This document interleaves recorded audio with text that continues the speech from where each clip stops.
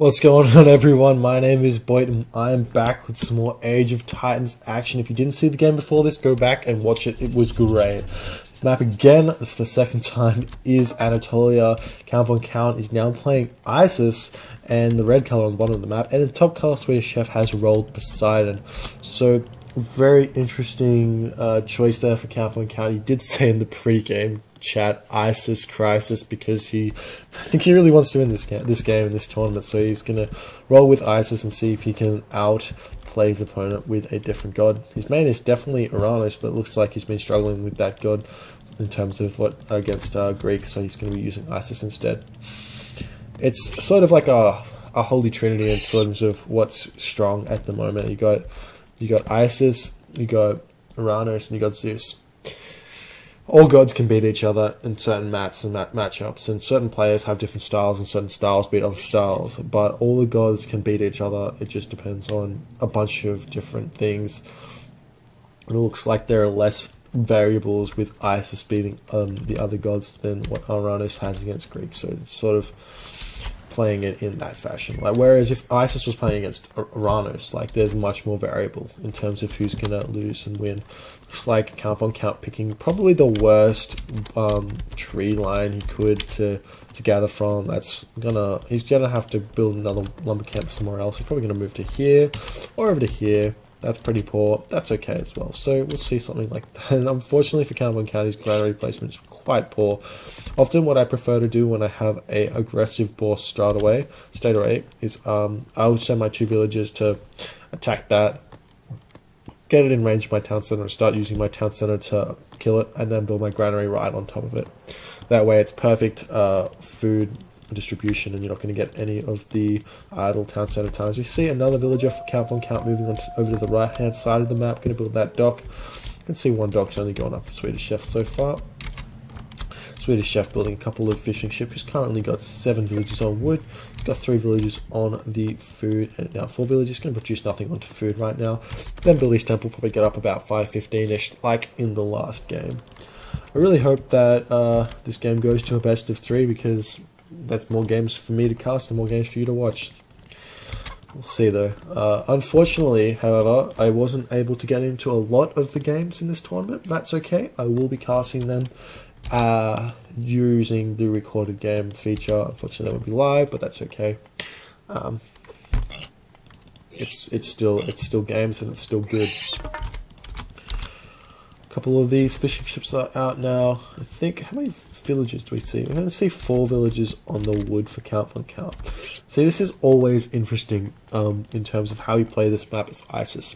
You either boom really hard, so you chuck like 7 or 8 villages onto wood, and then you start putting villages onto gold, or you put 4 villages onto wood, which gives you production from 2 docks if empowered, 1 dock without empowering.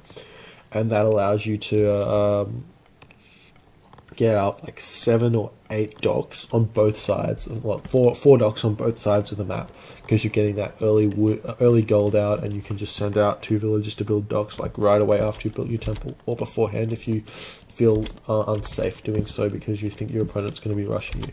So the temple is up for Swedish Chef. Swedish Chef has currently got like 9 fishing ships, no 6 fishing ships, yeah, 9 fishing ships. And sometimes you can just sort of tell.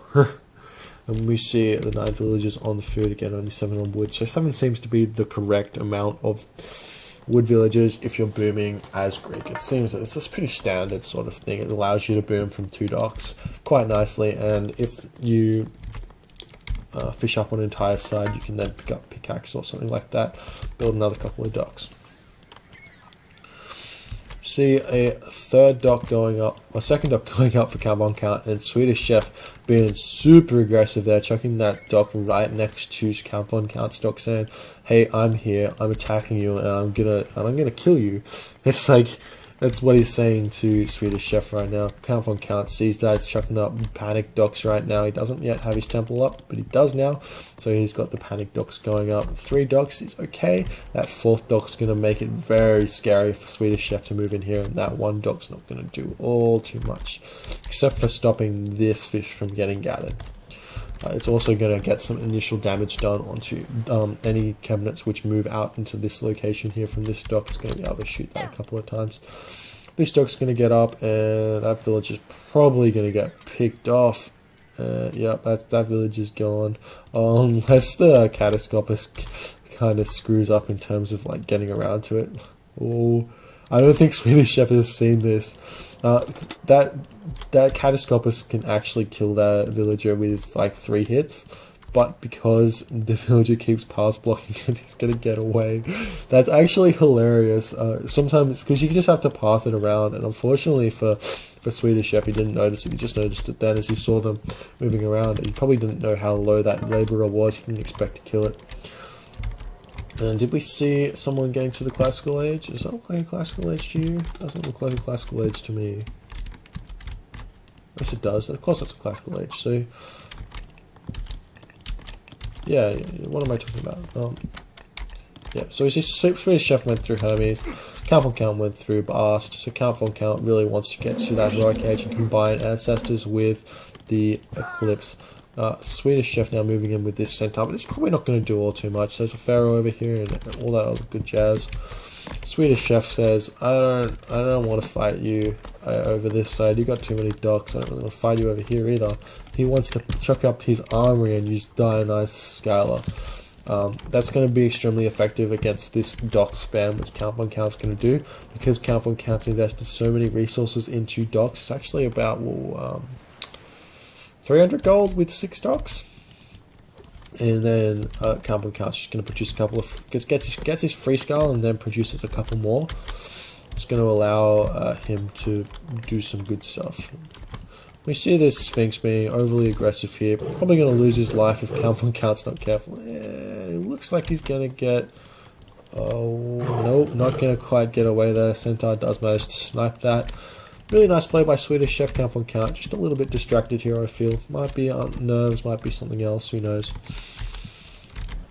Let's see, Swedish Chef wants to get his fishing ships back to work, but they're not going to be able to. Dionysus has started researching itself. Count von Count has no food income from villagers, only from fishing ships, so he's not going to be able to get to the heroic age too quickly. He doesn't have an armory up yet either, but as soon as he sees Swedish Chef's Dionysus, I'm sure he's going to react with the correct measure to go to the heroic age. Give up water. It's really the best choice. We do see 2 villages on favor and a 3rd one as well. Remember, generally 3 villages are the most efficient way to gather favor. You can put more on, but it does give you more. It's just less efficient. You can put that village elsewhere. In the Titans on Nilla, it's actually less efficient. It's actually, you gather less favor to put 4 or 5 villages instead of 3, but in the Titans it's a little bit more. It's not that much more, it's a little bit more.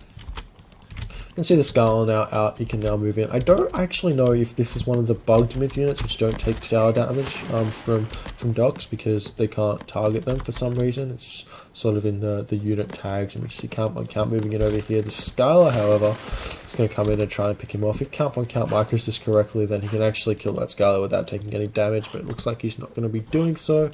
He is, however, going through Nephthys as a counter action to what Swedish Chef was doing. What I would love to see right now, it's a correct response to what Count von Count's doing now, is to go simply straight to the mythic age.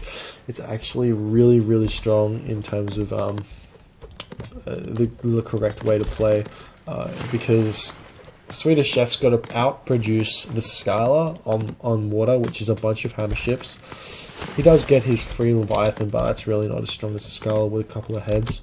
We see 2 Scalar on the top side of the map as well, where the Leviathans are not going to produce. So if you go straight to the Mythic Age, then you've got a Colossi which can take map control, and we see Count von Count grabbing his 2nd town center as well. He's got the Heroic Age about 5 seconds, and he's going to chuck a Migdol Stronghold in the middle of the map. Probably chuck a Migdol Stronghold in the middle of the map. Yeah, this Laborer's just going to die, unfortunately, but it's a good trade because Theseus is going to get picked off as well, and the Scorpion Man's out. I think that Migdol's going to go up in the middle, and as I said, if there was a Mythic Age coming in right about now, then that's going to allow for Count von Count's McDonald to get picked off incredibly quickly, but looks like that's not what's going to happen. Swedish Chef's going to get both sides of the goal of the water. Unfortunately for him, he's not going to get this side. He's going to lose his Scala to the Priest and the Leviathan. I actually was wrong. I thought that Count von Count produced his dock on this side first, but apparently not. So both players getting one side of the water for relatively cheap cost in both sides, but the side that they initially grasped. I don't think Count von Count's going to move out and crush this yet. He needs to produce some fishing ships though in order to get the economy into gear and deal with this, because we can definitely see Swedish Chef going to be producing fishing ships. There's no point in not doing it. I guess he needs to produce a bunch of stables first, but after that he's going to be doing so. See cavalry coming out for Count von Count. Personally, in terms of this map, I prefer to produce elephant, just because they're more tanky and they pick off buildings really well, and you don't have the wood because you produce so many fishing ships to produce siege towers, so you need some food units which can pick off units.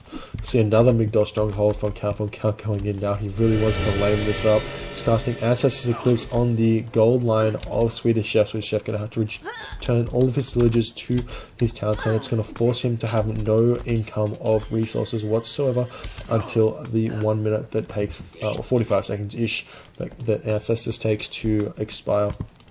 You see a couple of villages also getting picked off on this top side with these ants, minions of Ancestors. So really nice pickoffs for Count von Count. Swedish Chef, on the other hand, really needs to think of something really quick in order to deal with this. He's going to lose a bunch of these villages. He's got the 2 town centers to produce, but so does Swedish Chef. So so does Count von Count. So both players can be able to produce a fair amount of stuff. And we can see the game lagging a little bit, but the stables sort of producing these medium peppercorns, which are going to get picked off incredibly quickly with that eclipsed Scorpion Man, which is why Isis is so strong with that eclipse and the Ancestors, because it combines so nicely with that free Scorpion Man. And if you produced any other Scorpion Man, it would be really good. Ceasefire does go down now. This is going to allow Count von Count to move out, and perhaps, I don't actually know what these villages are going to do. I don't think mining for this gold mine's a good idea, especially when you have 1970 gold here. If you mine all of that first and then make a push, probably be the right choice. And he's not going to be able to produce a fortress either, because he's not going to be able to do that in the ceasefire. So he's not going to get any triple A out. Market is producing the donkey caravans though, so he's going to be having a little bit of a gold economy, but because Count von Count's got those 3 forward town centers, it's probably going to allow him quite a nice military advantage in terms of stuff. Like he's going to have a lot of units compared to what Swedish Chef has, and I think he knows that. Swedish Chef's over here, so he's going to just move over, kill off all those villages, and then secure this game with gold star would be the best way to do this. Swedish Chef, on the other hand, perhaps Mythic Age through Hera would be the best option in terms of securing a gold mine. We'll see if he does choose to do that. But we see Swedish Chef over this side of the map trying to chop some wood. It does get scattered out by Count von Count. Don't know if he saw it just yet, but he does see on the minimap that there's a storehouse there now. So might move back and try and pick that off at some point. We see this location now going to get raided from Count von Count, with these cavalry going to be able to pick off all of those Hippicon, especially with that Scorpion Man. There aren't any heroes at all out for Swedish Chef, so Swedish Chef's going to have a fairly difficult time dealing with that one Scorpion Man. Unfortunately for Count von Count, he's going to be losing a lot of these cavalry for straight to the tower damage of that what's it called, town center. So we'll see exactly how that goes for him. If he can push back in and win this game. He did lose a lot of villages there. Unfortunately for Count von Count, again, he's attacking a archery range instead of these peltars, so he's going to be losing quite a few of those chariot archers, but does manage to pick off those peltars now. You see bronze does get cast for Swedish Chef. A bit of a panic bronze, really. Probably could have cast that earlier when he had a lot more Hippicon. he would have done quite nicely. And we see more of those peltars getting produced and just going to get picked off as they come out. They're not going to do any damage. We see a couple of spearmen coming out now for Capron Count. He really wants that mix in his army to deal with those spearmen instead of the cavalry, because they're really not that strong at a certain point in the game. They have pathing issues and they don't have that much of a bonus against cavalry. They do have a bonus, it's just not very big. If I have a look at it, don't actually 75% damage versus other cavalry, whereas things like well, I mean, if you get 75% of 9, it's actually about 15 damage or something. My math isn't very good, that's a guess. So yeah, you see Cavalry Count again pushing in through here. Swedish Chef doesn't have any gold and decides to tap out because of that. I think Swedish Chef probably didn't play this the best. He produced too much on water. I feel like he didn't produce too much. I don't actually know. I think Mythic Age would have saved him if he did that. If he went straight to the Mythic, I really feel like the Colossi would have done very nicely. Anyways, my name is BoIt. Please tune in for the last game. This is 1-1 currently with both players on that. Thank you for watching. I'll see you guys in the next game.